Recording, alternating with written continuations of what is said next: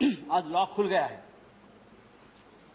127 constitutional amendment bill 2021 bill लेकर सरकार आई है और उस पर सबकी सहमति बनी। हम चर्चा भी कर रहे हैं।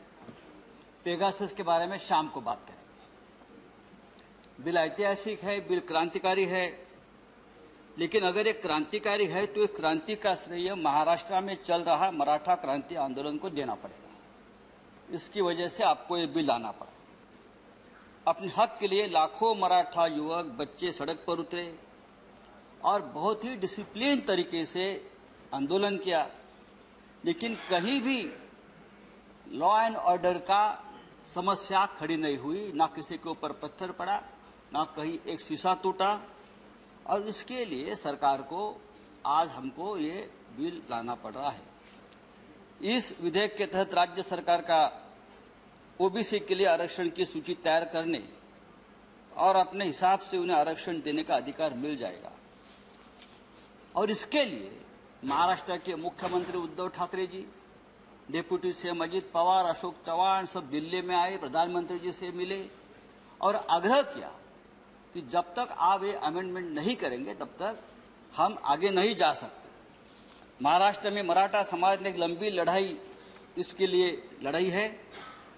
और लेकिन क्या इस संशोधन के बाद मराठा आरक्षण का मार्ग साफ हो जाएगा? मुझे लगता है नहीं, और इंतजार करना पड़ेगा। क्योंकि 5 में जो सुप्रीम कोर्ट में जो फैसला दिया है कि मराठा आरक्षण का जो कानून महाराष्ट्र के असेंबली में बनाया था उसे सुप्रीम कोर्ट ने खत्म कर दिया।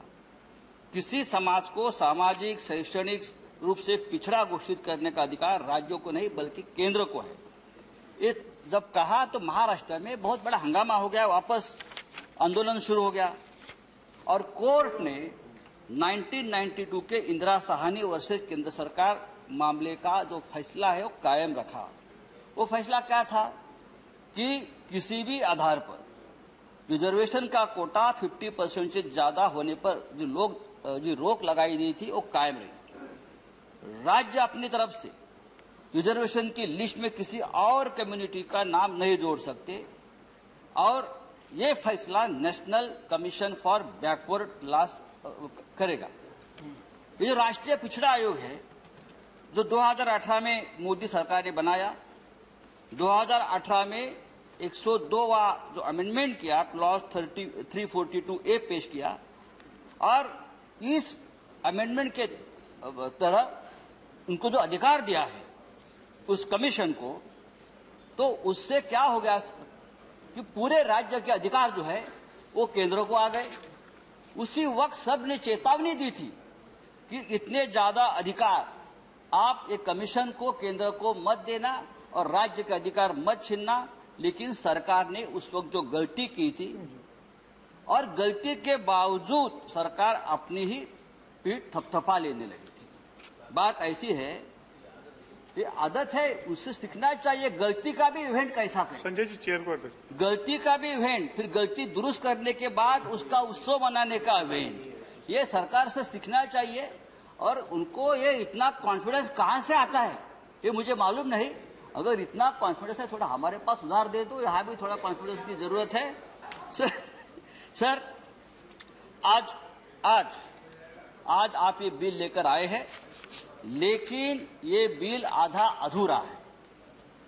ये बिल में आपने अमेंडमेंट के बावजूद भी जब तक आप आरक्षण पर जो 50% का जो सीलिंग आपने रखा है वो 30 साल पुराना है। 30 साल हो गए। 30 साल में वो ऊपर अगर आप नहीं बढ़ाओगे तो ये आज अमेंडमेंट किया है और कुछ आप बदलाव करेंगे, कुछ नहीं। यहाँ इस सदन में देखिए हमारे छत्रपति संभाजी राजे बैठे हैं, ये आंदोलन के नेता थे। छत्रपति जी हमारे कोल्हापुर के ये जो आंदोलन चला सबसे बड़े नेता तो छत्रपति साहब थे हमारे।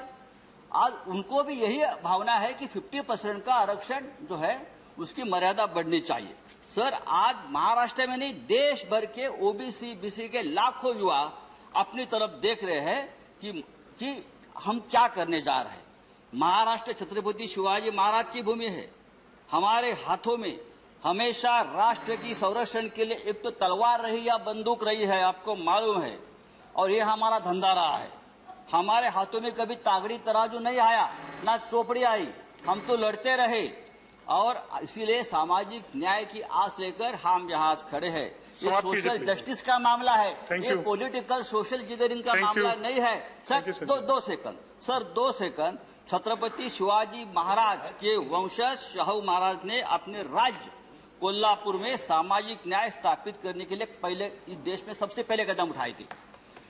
26 जुलाई 1902 यानी 119 साल पहले छत्रपति शाहू जी महाराज ने यह ऐलान कर दिया था कि उनके राज्य में सभी सरकारी नौकरियां और स्कूल कॉलेज में अब से दलित, पिछड़ों और आदिवासियों के लिए 50% आरक्षण दिया जाएगा।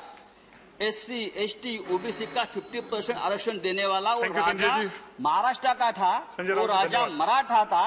आज वही मराठा समाज महाराष्ट्र में अपने हक के लिए सड़क पर उतरा और न्याय मांग रहा है। उसे नहीं चाहिए, उसे अधिकार चाहिए।